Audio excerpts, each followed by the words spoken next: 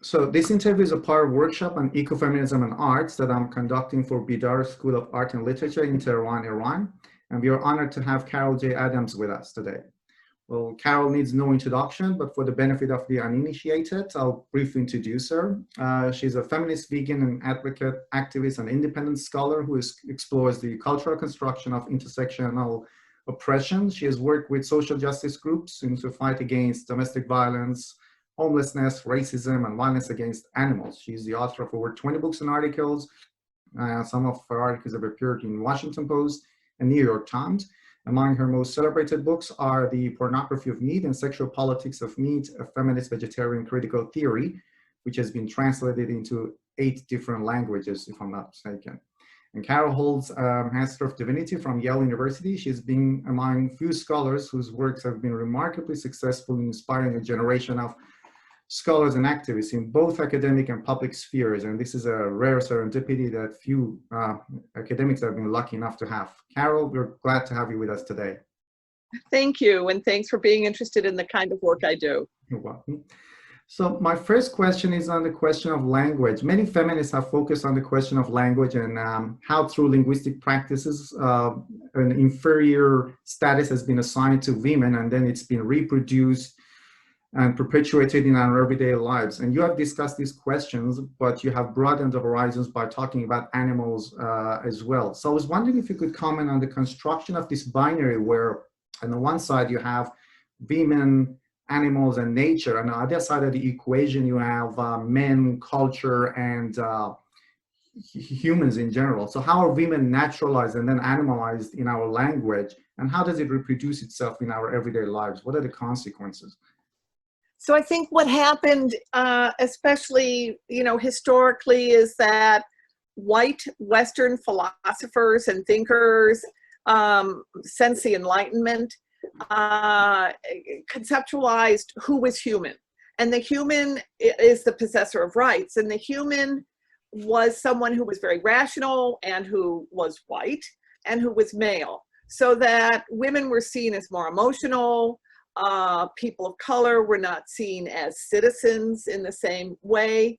And so who was the rights bearer, in a sense? The rights bearer was this white middle class or property owning man. And everybody else was therefore not human in the same way. So we could say that one of the results, you could say that that's androcentrism, male-centeredness. And the way it infiltrates into our culture is that androcentrism imposed itself on another term, anthropocentrism, which is human-centered. So that our human-centeredness is white male defined. And it's not like we've got humans over animals, a species divide like this. What we've got is humans defined as white male thinkers, property owners in the West over animals plus people of color and white women. And the result is that people of color and white women were constantly sort of fighting to be seen as human as it was so limitedly defined. So instead of us coming along and saying, hey, this concept of what's human is racist and androcentric, or racist and misogynist, we sort of slip into a conversation about humanness that ignores the role that this very limited notion of humanness has created about animals and those who are animal-like. So then the question becomes, how are we animalized? And we're animalized by being seen as being more influenced by our bodies, for instance, not being able to think, being better at being child raisers or caregivers. It's seen in the way our bodies are looked at by men, and that the bodies become animalized and talked about as though they're like meat. And similarly, people of color were also animalized, especially men of color. Yeah, it's And then language follows that. The language of oppression follows the concept yeah, that's oppressing certain people. right. Yeah, and they're robbed of their identity and their perspective, right? And it's interesting you just mentioned that this question of hierarchies, it's been going on for thousands of years, and still, I guess, it matters in the age of Black Lives Matter and similar movements. Well, let's just make clear. I mean, while it's traced back to Aristotle and Greek thinkers and all, it becomes especially prominent during colonial times. Mm-hmm. So that colonialism, the engine that drives colonialism is white superiority. Mm-hmm. And also, just it's always assumed women are not the powerful people in this sort of world, but it becomes especially pronounced, especially as race becomes defined, as we begin to see ourselves as raced people. Mm-hmm. These are really, and in which race is also equated with less than capabilities. Mm-hmm.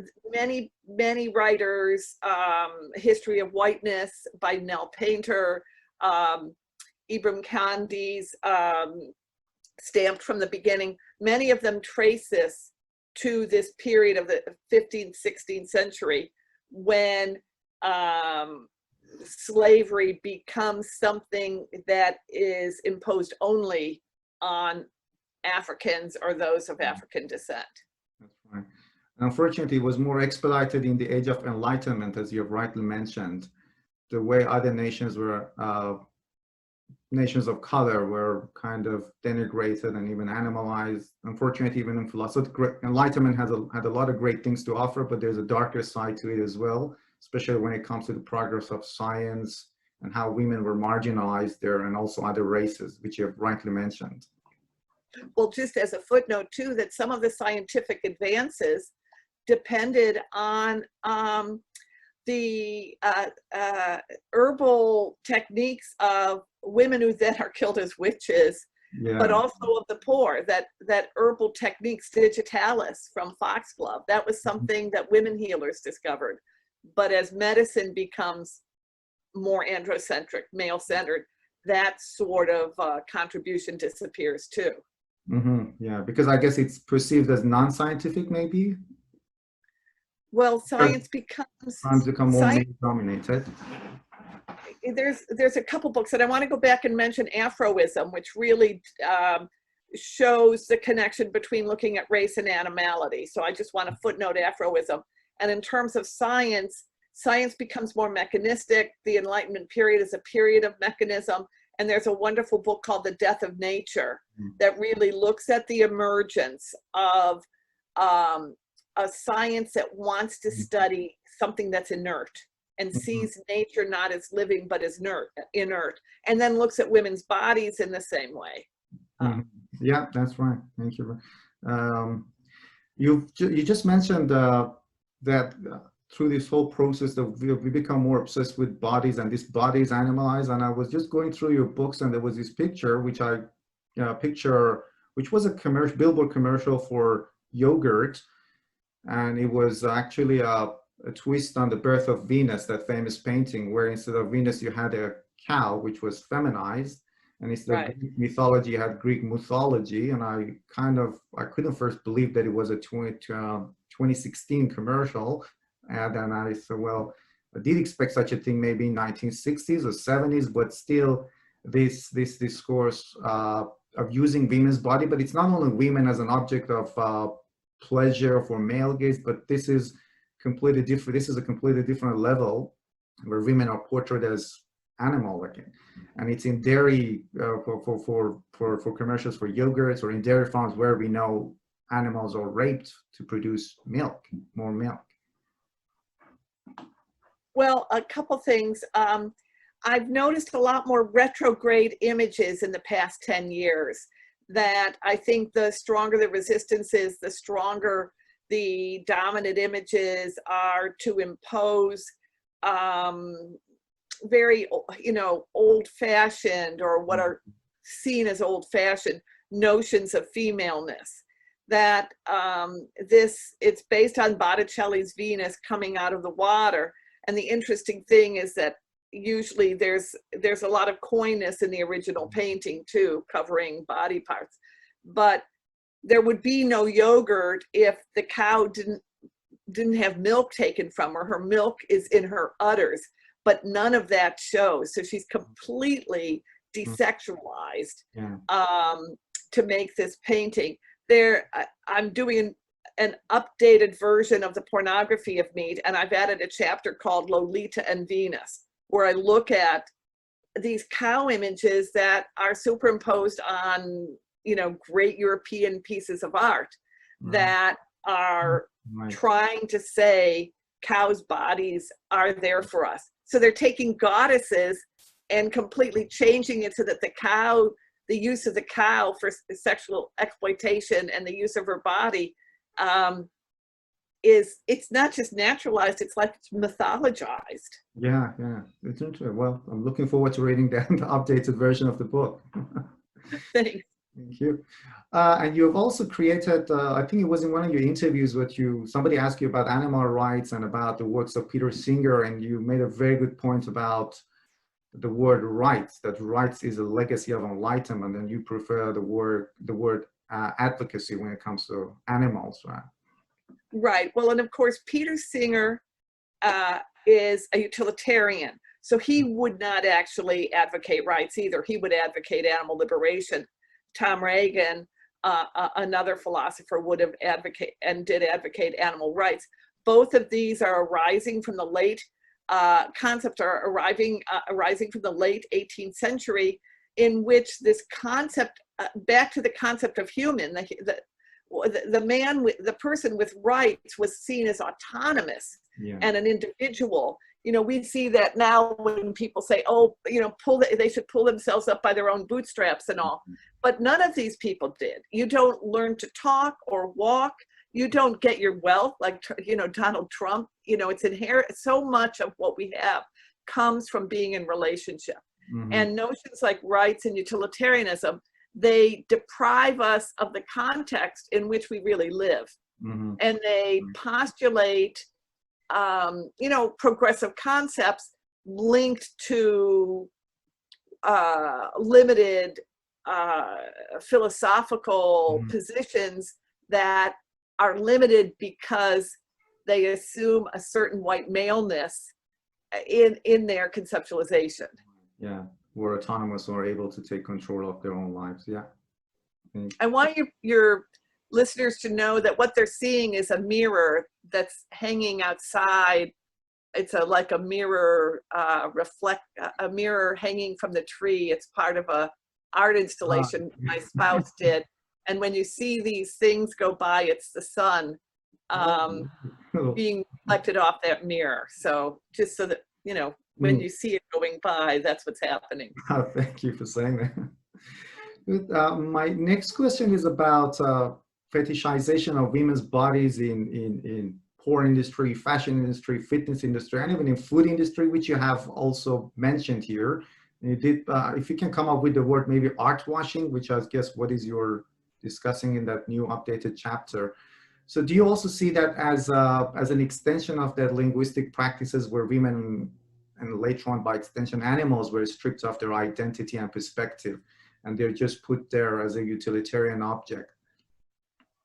Well, I think the question, I mean, you know, which came first, the exploitation of the chicken or the exploitation of the egg?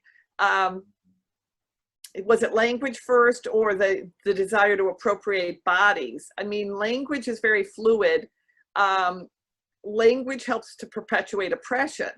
And when women are called, you know, either by body parts or as animals, it helps to further their objectification. And once you've objectified a being, you know, you're more likely to feel that you have the right to use them.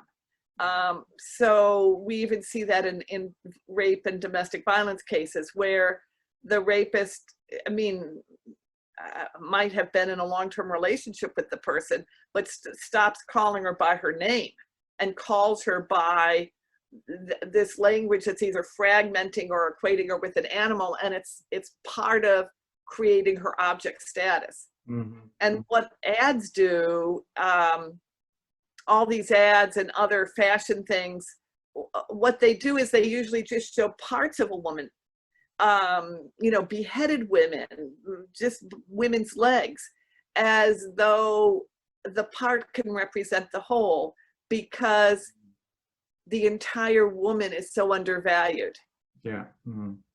Men are much less likely to be shown fragmented or nude, you know, unless you're, you know, looking at gay pornography. But in advertisements and in movies, male nudity is considered vulnerability and sometimes weakness. But women's nudity functions to keep us powerless. Yeah, that's right. In this context. And the funny thing is that in 1960s or 70s, I guess, when it came to representation of homosexuality in cinema, female homosexuality was seen as something desirable to attract more viewers, but male homosexuality was a no. And I had a friend who once rightly mentioned that homophobia is actually patriarchy. Yeah, of course. But also, there's always been a strain of pornography that likes to believe that two women making love are doing that to entertain a man. You know, that there's a male gaze. That's right. So this is why some pornography will reproduce that with, you know, and still kind of be homophobic, because there's also the belief, oh, they just need the right man. Thank you. I'm going to talk about this phrase you've coined in your book, the absent referent, that we humans love to dissociate food on the table from the process through which it's produced, because it's too much for us, too violent, maybe can't even eat the food. So we prefer to turn a blind eye. And I guess it would be a good chance to talk about even that famous Mary Shelley's novel, Frankenstein, because the creature, before I read the novel myself, I thought that Frankenstein was the creature. But when you read it, you come to understand it has no name. It's creature, it's monster, it's the thing, but it has never a name, and it's this absent referent, which is, and many readers might, including me on the first go, the fact that the monster, if the monster is the right, the thing, the creature was vegetarian escaped me. But as a matter of fact, it can't be coincidental, because Mary Shelley was familiar with discourses of vegetarianism during a time. So it would be good if you could comment on that as well. Absent reference. There's an interesting scene in the movie, in the book. The monster is now chasing Victor up in the Arctic, and at one point, no, the monster's ahead of Victor. Victor's chasing the monster. The monster kills a rabbit and leaves the dead body for Victor. The monster has no desire to eat the dead rabbit, but he understands that this is what someone like Victor does as a meat eater. And he wants, or the monster actually, we don't know the gender of the monster. The monster wants Victor to keep following the monster. So the monster's feeding him. But that rabbit is an absent referent. Once the rabbit is killed, there's no self there. The self has been you know, destroyed. And so I didn't coin the concept, I took the concept from literary criticism and applied it to meat eating, because it's such a good way of understanding that animals are made absent in meat eating. They disappear conceptually because meat is so often changed. The language about meat, you're not eating a dead cow's body, you're not eating a dead rabbit's body, though sometimes people, you know, rabbit will be on the menu, though it's never dead rabbit. And it'll be rabbit's leg rather than a rabbit's leg. The rabbit loses the ability to possess their own body. And that's the absent referent, the killing and the death, and then the use of that body. But women are also absent reference in these kind of advertisements where we disappear as subjects of our own lives and become objects for someone else. I guess it makes it easier to consume when Right. no, It's a when there's no distance identity device. perspective. Yeah. Because I remember in my country a few weeks ago, there was this video that came out from a chicken farm where there were thousands of small chickens were being buried alive, because that's a common practice in many industrial production of chicken. And people were shocked. They didn't know what was going on, but they still keep eating it. And because they do love to have that absent referent, because it makes them feel easier when they're consuming the meat. And more recently, I'm sure you might have heard of it, that there's been this resurgence of celebrities or celebrity chefs who are glamorized, especially on Instagram or Facebook, with millions of followers. And they seem to take us back to the kitchen and they show us the meat, and they get engaged in a highly ritualized, even to some extent, even I feel it's a bit zoophilic practice of engagement with this meat. So they swirl it around, throw it onto the chopping board, slap the meat, and then throw it onto the barbecue and then bite into it. And at the same time, interesting thing is that many of them are wearing, they're male chefs, they're wearing tight-fitting shirts, brandishing their sharp knives and muscles, exerting their authority and power over a dead piece of meat. But at the same, people seem to be mesmerized and they follow these celebrities. So what's the cultural signification of this macho workmanship of food production or power? Well, you know, for men to be in a kitchen, they have to really market. Otherwise, it's going to be seen they're domesticated, they become abjected, they're too female-like. So they've got to stake out the kitchen as masculine. And how do you do that? And you do it by all these performative, gender performative things. Also killing, it's blooding, you know, that whole tradition of blooding. Because sometimes the chefs kill. There's an interesting article by Jovi and Perry that talks about this. But of course, the animal's still an absent referent. They're not going, because the animal isn't allowed to run away. If it were alive, the animal isn't given an equal time. So there's still a very patriarchal emphasis on death, killing, control. It might be a little different than the absent referent was in the past, but it's still very performative of masculinity. Yeah, that's an interesting point you brought up, that men in the kitchen have to market it, otherwise it would be seen as a domestic chore. They're probably brandishing their knives too, you know, a real phallic symbol. Yeah. There's lots of ads against vegetarians that'll show knives, very erect knives. So the knife itself is a signifier of what's going on, you know, the staking of a masculine performance. In Western movies, there was the gun, and now more recently with these new videos of chefs, it's the knife now. Right. And talking about commercials, I remember I saw a commercial for, it was for this big muscle car, Hummer, I guess, and it was this guy who was in the supermarket buying tofu, and there was another guy next to him buying a pile of meat, and the guy kind of looked down on him, and he felt that he was emasculated. So he went out and bought a Hummer, and the motto of the advertisement said, balance the diet. So it's okay to have vegetarian food, but you can have this big muscle car, go into the nature. It makes it feel powerful. It was originally called Restore Your Manhood, Yeah. and then it got renamed Restore the Balance. And the implication was tofu is so feminizing that a big block, the only way you can remove the feminizing effects of a big block of tofu is to buy a huge Hummer.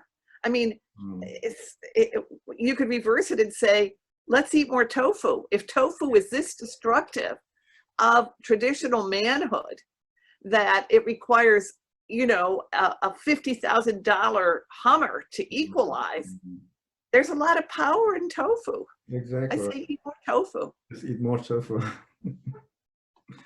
So for my next question, I guess I might sound like I'm playing the devil's advocate, but it's for the sake of the critics.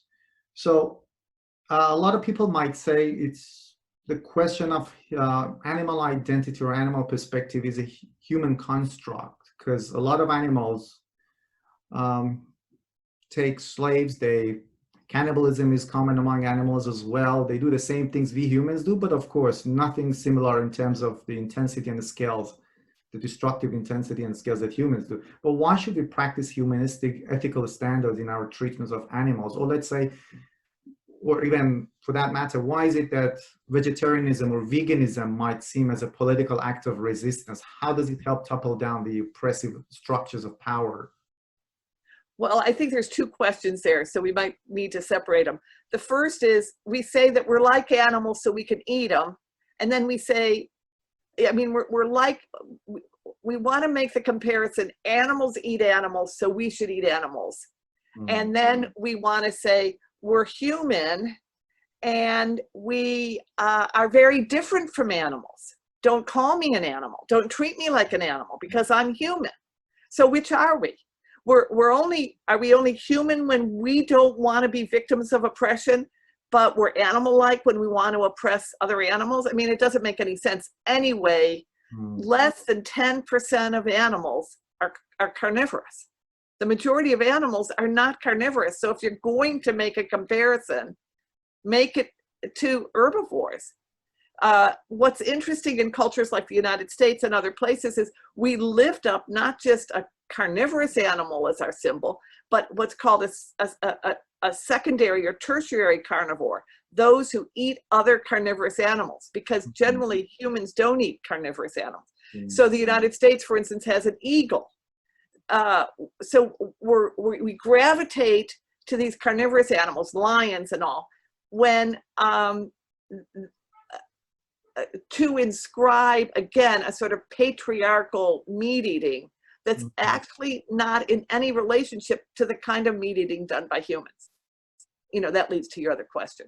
Yeah, it's a very good point you brought up, because that kind of criticism has a lot of holes, and it doesn't really hold water, as you have rightly mentioned, because at the one side, we do like to exert our own superiority, that we are humans and we are not animals, but when it comes to other questions, when it fits our benefit, so we are like other animals. That's the argument. Thank you for clarifying that. And so the point you mentioned is actually a nice segue for my next question, which is ecofeminism in general, or vegetarianism or veganism being a political act of resistance. How does it help women of color, let's say, or women in other parts of the world that are still fighting for their basic rights? But I'm also aware of Chipko movement. If you would comment on that, that would be also great, because that's a movement that started in India again, which became a hallmark of ecofeminist literature. Well, I think first of all, we have to remember that the kind of meat eating that's practiced today is based on white practices of the royalty and the wealthy in Europe. The majority of the world wasn't eating meat to the degree of that limited group. And in Sexual Politics of Meat, in the first chapter, I say anytime it's said that you can't get protein from non-animal sources, it's a racist statement. So what the kind of meat eating that was brought and advanced in the United States over the past 2 centuries is unlike anything we've ever seen. And the result is, not just the death of all these animals, but terrible environmental consequences that aren't felt first by us. The people who live right near water in the southern part of the world are put at more risk from all the climate change that animal agriculture is causing.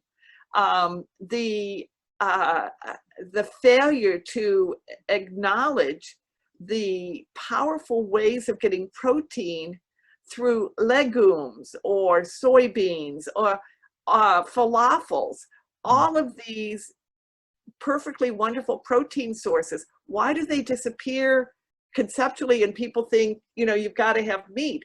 That's racism. That's part of white supremacy. The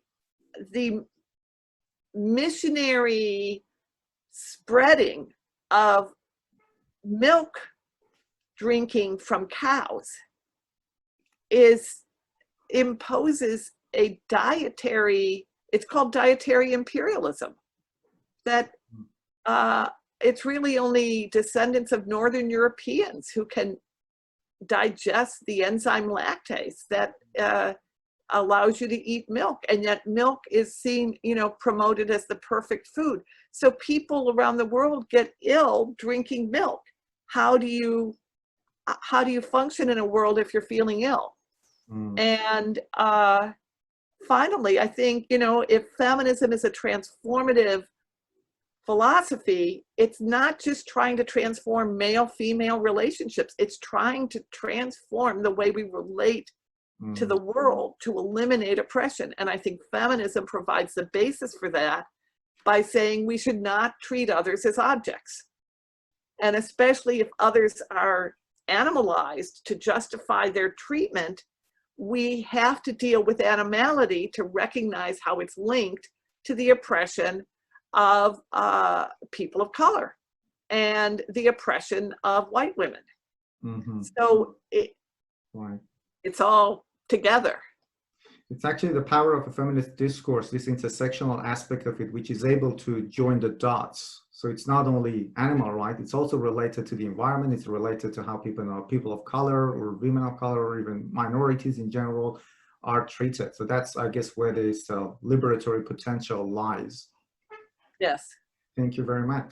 And in my last question, I'm aware that unfortunately I haven't read your book, Kitchen Resistance. So I was wondering if you could. Kitchen, yes. Yeah, I was wondering, because that's a very interesting and exciting title. So I was wondering if you could briefly introduce it for our audience. Yes, and I'll just say that its original title was The Anti-Trump Diet. Really? And we couldn't, you know, we couldn't get publishers to publish it under that title. And in fact, many of them back in 2017 said Trump won't be here long. And I, you know, I've always joked and said it's the first time I've been defeated by a publisher's optimism. What we were trying to do is show that people who really care about social justice, veganism is part of a social justice framework. That if you're talking about food justice, if you're talking about climate change, if you're talking about white supremacy, if you're talking about misogyny, all of these are, you know, imbricated, deeply embedded within, or meat eating and dairy eating are deeply embedded within those structures. That food justice that takes so much food resources and reduces it through feeding it to animals is a terrible waste. That they're called food deserts in the United States, but it's a terrible term because deserts are living, wonderful environments. But places where there's food inequality, many people suffering from food inequality want to be vegan. They can't get fresh food, you know? So veganism has an important role to play in the food justice movement. Climate change, we just talked about that, all the different ways that animal agriculture contributes to that. Social justice, I mean, all the information about the way the pandemic spread within slaughterhouses, but there's an example of a structural inequality in which mainly people of color are doing that job. And it's often undocumented immigrants. And then misogyny, some of what we've talked about before. So what we were trying to do with Protest Kitchen is say, look, here's a way to make these connections. Here, very simply, here's a chapter that helps you make this connection. Here's a chapter that makes this connection. And then we provided 30 days of action. You know, learn how do you taste test plant milk? How do you, you know, use peanut butter? Why not peanut butter? How do you learn to love lentils and beans? And then we ended with some really wonderful recipes, and a bonus was an